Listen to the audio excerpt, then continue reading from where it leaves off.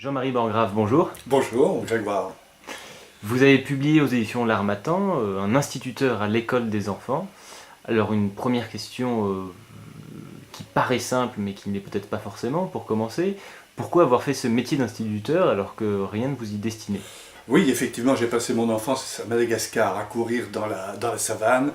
Et dans la savane, puisque mon père était planteur de tabac là-bas, c'était entre les années 50 et 60, eh bien, j'ai beaucoup couru, j'ai beaucoup découvert la nature, j'étais heureux comme tout. Et puis, j'ai imaginé des tas d'histoires. Ça venait spontanément en moi, quoi. Et puis, il est arrivé l'âge de 7 ans, catastrophique, il fallait que j'aille à l'école. Et là-bas, dans la brousse, il n'y avait pas d'école. Et donc, mes parents m'ont renvoyé en France, tout en restant à Madagascar, chez une tante tout à fait gentille et sympathique, mais ça a été pour l'enfant que j'étais un gros traumatisme. Donc quand je suis arrivé à l'école, l'apprentissage de la lecture et du reste fut dur, même si j'étais un bon élève, mais c'était très dur pour moi, il fallait rester longtemps assis, moi qui avais l'habitude de courir, donc c'était un stress, et c'est un métier que je me suis dit, jamais, jamais je ne ferai instituteur. Comme quoi, dans la vie, il y a de l'humour, hein. Alors parlez-nous un peu de votre expérience d'instituteur. Est-ce que vous avez eu des événements marquants ou Ah ben, l'événement marquant, c'est finalement que je suis entré dans une école très traditionnelle et j'avais une formation un peu freinée, c'est ce que je voulais, donc assez ouvert avec les enfants, chacun faisait son contrat de travail, d'amener les enfants à réfléchir sur leur propre travail, sur leur être et pas seulement sur le faire. Et finalement, ça a été une catastrophe, c'était pas possible, donc j'ai dû me mettre à une pratique beaucoup plus traditionnelle, tout en intégrant dans cette pratique traditionnelle des choses qui sont liées à mon histoire et que je trouvais extraordinaires pour les enfants, c'est-à-dire la nature et la culture. Et ce que je peux dire, c'est que c'est les enfants qui m'ont appris le métier, vraiment le métier. Alors bien sûr, j'ai fait des tas de formations avec la Garanterie, Vitos et des tas d'autres personnes pour arriver à me former et répondre aux enfants, en particulier aux enfants qui avaient des difficultés. Parce que si on ne s'occupe pas des enfants en difficulté, on passe à côté de la beauté du métier et du geste. C'est eux qui nous font avancer. Et donc j'ai pu mettre plein de choses en train grâce à eux, en écoutant les enfants qui étaient en difficulté. Évidemment, ça demande un gros, gros travail. Alors j'ai changé le titre, c'est un instituteur à l'école des enfants pour changer de logique, quoi. Pour montrer que ceux qui nous enseignent, ce sont vraiment les enfants. Bien sûr, j'aurais appris les règles d'orthographe. Alors là-dedans, par exemple, on peut trouver toute une méthode pour apprendre l'orthographe en 5 ou 6 points, l'orthographe d'usage dans une phrase, toutes les étapes qu'il faut faire pour y arriver. Et les enfants ont fait de très gros progrès avec ça, mais il faut beaucoup de temps. Mais surtout, eux m'ont appris vraiment à devenir enseignant et puis à trouver la formule juste pour la culture, pour l'imaginaire, développer chez eux l'imagination. Alors bien sûr, on a fait des choses sur la nature, la forêt, la découverte de la forêt, il y en a beaucoup par chez nous dans le Berry, la découverte de jardins, on a fait des jardins, différentes sortes de jardins avec des vrais projets à construire et tout. Et à partir de tout ça, les enfants, les parents étaient réticents bien sûr au départ, mais les enfants étaient tellement acteurs de leur propre découverte, je les emmenais en forêt et je les mettais face à une tâche. Chacun une tâche différente qu'ils avaient choisie, et au bout de quelques minutes, ils devaient rendre compte de ce qu'ils avaient observé. Alors pour certains qui n'avaient pas l'habitude, c'était une observation de 10 secondes, et pour d'autres, ça pouvait être 10 minutes.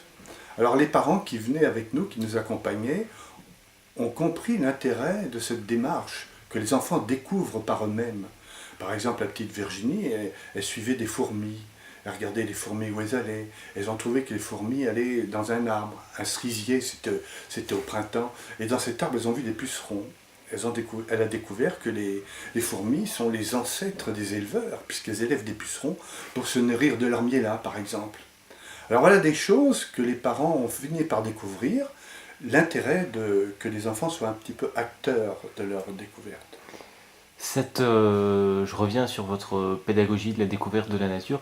C'est toujours assez innovant finalement dans ce métier d'institut. Il y a C'est peu de. toujours innovant. C'est toujours innovant parce que il faut redonner le pouvoir d'apprendre et la curiosité d'apprendre à l'enfant. C'est pas l'instituteur qui a toutes les clés là, qui donne un savoir docte. Je ne dis pas qu'il ne faut pas le faire pour certaines choses. Je veux dire, l'orthographe, on est obligé de passer par certaines règles, l'apprentissage des mathématiques aussi. Mais là, on redonne à l'enfant la capacité de découvrir par lui-même. Et ça, c'est très important. On avait à l'école un vieux mur qui était tout végétalisé spontanément. Et la première fois que je demande aux enfants de me faire des dessins des plantes qu'ils avaient sous les yeux, ils me faisaient une tige avec des feuilles n'importe comment. On a pris le temps de regarder, et après les dessins étaient vraiment extraordinaires, quoi. On a fait aussi beaucoup de travaux, par exemple, avec les travaux d'Antoine de la Garandrie sur la gestion mentale. Et donc on essayait de faire comprendre aux enfants, par exemple, qu'est-ce que ça veut dire comprendre? Comment on peut dire qu'on a compris? Là, voilà, ce petit bonhomme, par exemple, il est fait avec toutes les lettres du mot comprendre. Il y a le C, le O, le M, le P, et il a deux jambes. Et dans les deux jambes, on a bien mis les deux façons de comprendre. Il faut être capable d'expliquer. Il faut être capable de faire, ou d'appliquer, dit Antoine de la Garandrie. Mais appliquer, c'est un petit peu difficile pour les enfants, j'ai mis plutôt faire. Par exemple, ce qui m'a ouvert les yeux, c'est que j'en avais fait une leçon sur le participe présent, et je demande à Hyacinthe de parler du participe présent, juste après la leçon, et Hyacinthe, il était capable de me faire tous les participes présents, de tous les verbes que je voulais, et quand je lui demandais d'expliquer comment on faisait, il était bouche bée, il ne savait pas.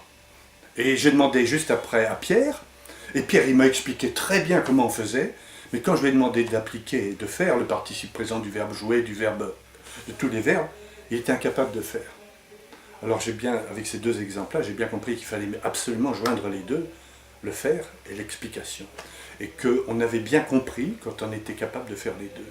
Ça, c'est des choses qu'on essaye de faire pour les enfants, qui sont des travaux qu'a fait Antoine de la Garandrie, et qui sont extrêmement importants. Et les enfants, avec ça, petit à petit, ils ont beaucoup progressé.